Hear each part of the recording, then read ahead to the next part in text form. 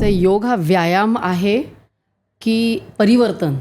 योग हा व्यायाम म्हटलं तरी आहे, परिवर्तन म्हटलं तरी आहे. सर्व समाज काही तुम्हाला मनशांती लागत असेल ती योगामध्ये आहे, शरीर स्वास्थ्य लागत असेल ते तुम्ही योगामुळं कंट्रोल करू शकता. लाँग लाईफ जगण्याचं तंत्र मंत्र त्या योगामध्ये आहे.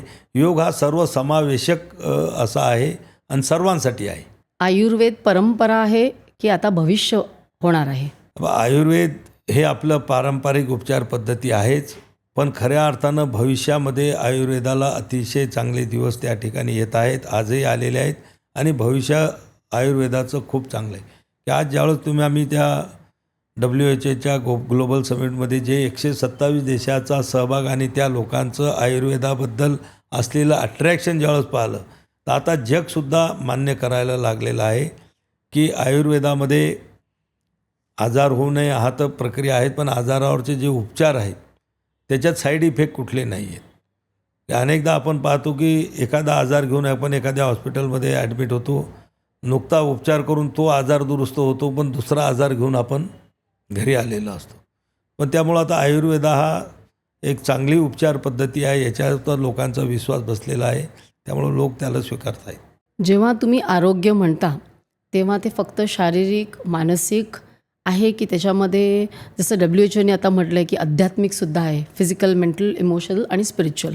बिलकुल. आयुर्वेदामध्ये, योगामध्ये या तिन्ही गोष्टी आहेत. अध्यात्म आहे. आपण पाहतो की योगाची सुरुवात ओमपासून सुरू होते त्या ठिकाणी. त्याच्यामध्ये सर्वे भवन्तु सुखिनः हे जे आहेत आमचे सगळे ग्रंथामधले जे श्लोक आहेत याचा वापर त्याच्यामध्ये होतो. आयुर्वेदसुद्धा आमचं मॅक्झिमम संस्कृतमधूनच त्या ठिकाणी पुढं आलेलं आहे. संस्कृतचा वापर, अध्यात्माचा वापर आणि खरं म्हणजे यांचा जे शोध लावला, यांचं जे संशोधन केलेले ते आमचे अध्यात्मामध्ये असणारे आमचे जे ऋषीमुनी होते, हे त्या लोकांचं संशोधन आहे.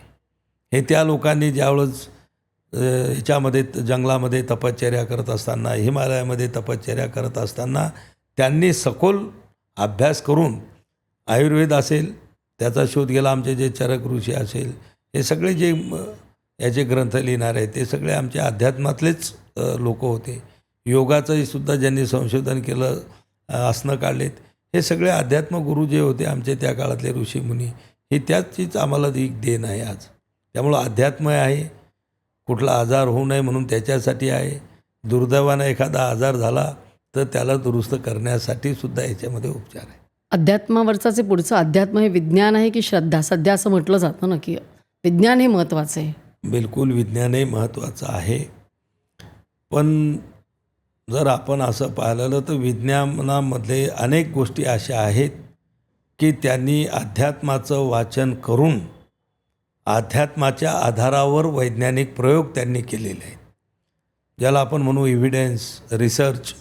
पण त्याचा जर मूळ पाहिलं तर आज आपण पाहिलं आपलं रामायण असेल, महाभारत असेल, त्यातल्या लढाईचं वर्णन ज्यावेळेस ऐकतो आणि त्याच्यात जे शस्त्र वापरल्या गेलेले होते, आजच्या आधुनिक युगातल्या आजही जे रशिया अमेरिका, इराण आणि इस्रायलचं जे युद्ध चालू आहे, आजही त्याच्यामध्ये मिसाईल वगैरे असतील तर तेही मिसाईल फक्त त्यांचं नाव वेगळं होतं, त्यांचा आकार वेगळा असेल, साईज वेगळी असेल, पण तेच आहे. मग त्याच्यातूनच हे आलं असावं याला कोणी नाकारू शकत नाही. आता तुमच्या वैयक्तिक आयुष्यात अशी कुठली एक सवय आहे की जी आयुषची जी एक संस्कार आहेत किंवा काय त्याला मिळती जुळती एकच सवय? मी सांगितलं ना की आयुषचा आहारावर सुद्धा हे असते, म्हणून मी सांगतो की माझ्या बाकीच्या गोष्टी तरी आमच्या या धावपळीमध्ये आमच्याकडून केल्या जात नाही, पण खानपानावर मात्र आम्ही कंट्रोल करू शकतो. शुद्ध खाणं खाण्याचा प्रयत्न करू शकतो, तेवढं मात्र मी काळजीपूर्वक करायचा प्रयत्न करतो. तुम्ही एवढे व्यस्त आहात, एवढी लाखो लोक तुम्हाला भेटायला येतात आणि प्रत्येकाचं काहीतरी मला हे पाहिजे ते पाहिजे असतं आणि इतकं सगळं कामामध्ये आणि तुम्ही स्वतः आयुषचे मंत्री आहात. जेव्हा आपण मानसिक शांतीबद्दल बोलतो, तुम्हाला येतो का राग कधी किंवा चिडचिड होते आणि ती तुम्ही कशी सांभाळता? राजकारणामध्ये ज्यावेळेस आलो त्यावेळेस जे काही आमचे वरिष्ठ राजकारणीकडून मी ऐकलेलं होतं की राजकीय आयुष्यामध्ये किंवा लोकप्रतिनिधी म्हणून काम करत असताना त्यांनी लोकांचं जास्त ऐकून घेतलं पाहिजे, स्वतः कमी बोललं पाहिजे. आपल्या इकडं जसं मन आहे ऐकावे जनाचे करा, निर्णय आपला असतो, पण चिडचिड उगं करणं. आणि आम्ही पाहतो की प्रत्येक माणूस जो आमच्याकडे येतो त्याचं काम आमच्यासाठी अतिशय छोटं असतं, क्षुल्लक असतं, पण ते त्याच्यासाठी खूप महत्त्वाचं असतं.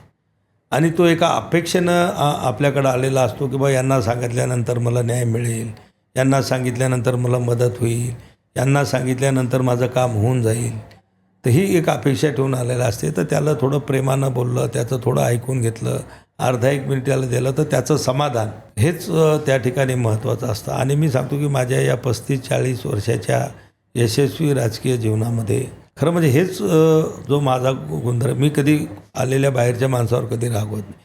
तुम्ही अनेक पाहिले असेल पॉलिटिकल लीडरच्या आजकाल कॉल रेकॉर्डिंग आल्यामुळं क्लिक व्हायरल होतात. माझी एकही आतापर्यंत नाही.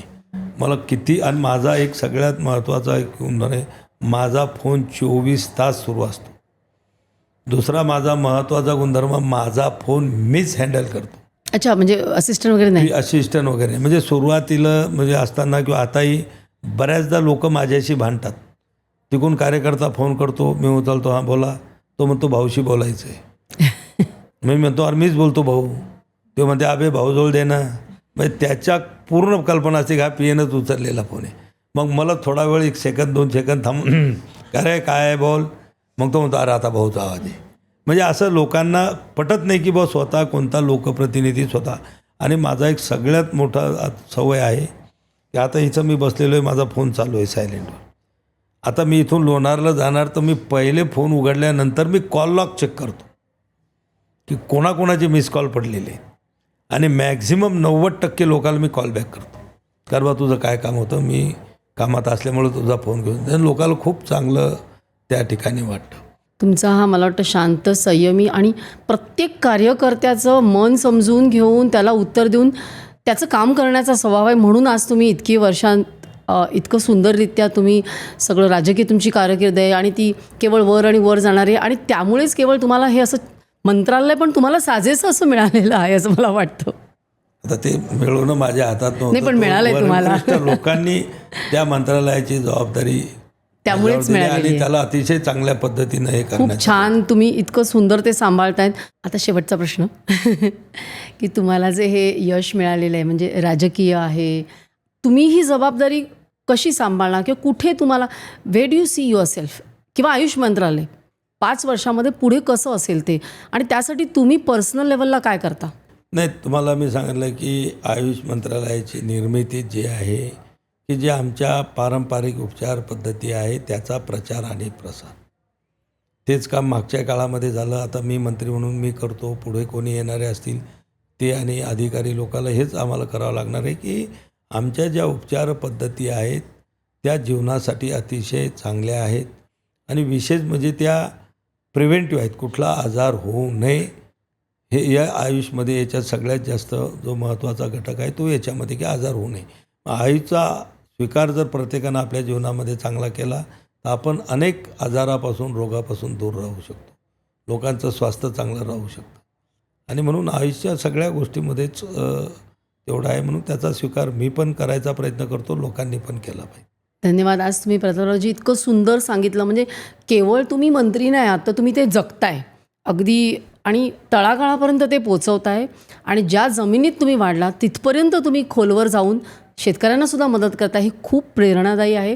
आज मला संधी दिलीत आणि आज तुम्ही सर्व काहीबद्दल वर आलात त्याबद्दल खूप खूप धन्यवाद. चला, आपणही आज मला या ठिकाणी सर्व गोष्टीवर बोलण्याची संधी दिली, चर्चा आपली झाली, अनेक प्रश्न आपण विचारले, त्याला मी माझ्या पद्धतीनं उत्तरं म्हटल्यापेक्षा सांगण्याचा प्रयत्न त्या ठिकाणी केला. निश्चित आपल्या माध्यमातून ते लाखो लोकांपर्यंत त्या ठिकाणी जाईल. आपल्याला सुद्धा खूप खूप खूप खूप धन्यवाद सर. ही क्लिप जर तुम्हाला आवडली असेल तर संपूर्ण पॉडकास्ट बघण्यासाठी सर्व काहीच्या पॉडकास्ट चॅनलला जरूर भेट द्या. आणि हो, सर्व काहीच्या क्लिप्स चॅनलला सबस्क्राईब करायला विसरू नका.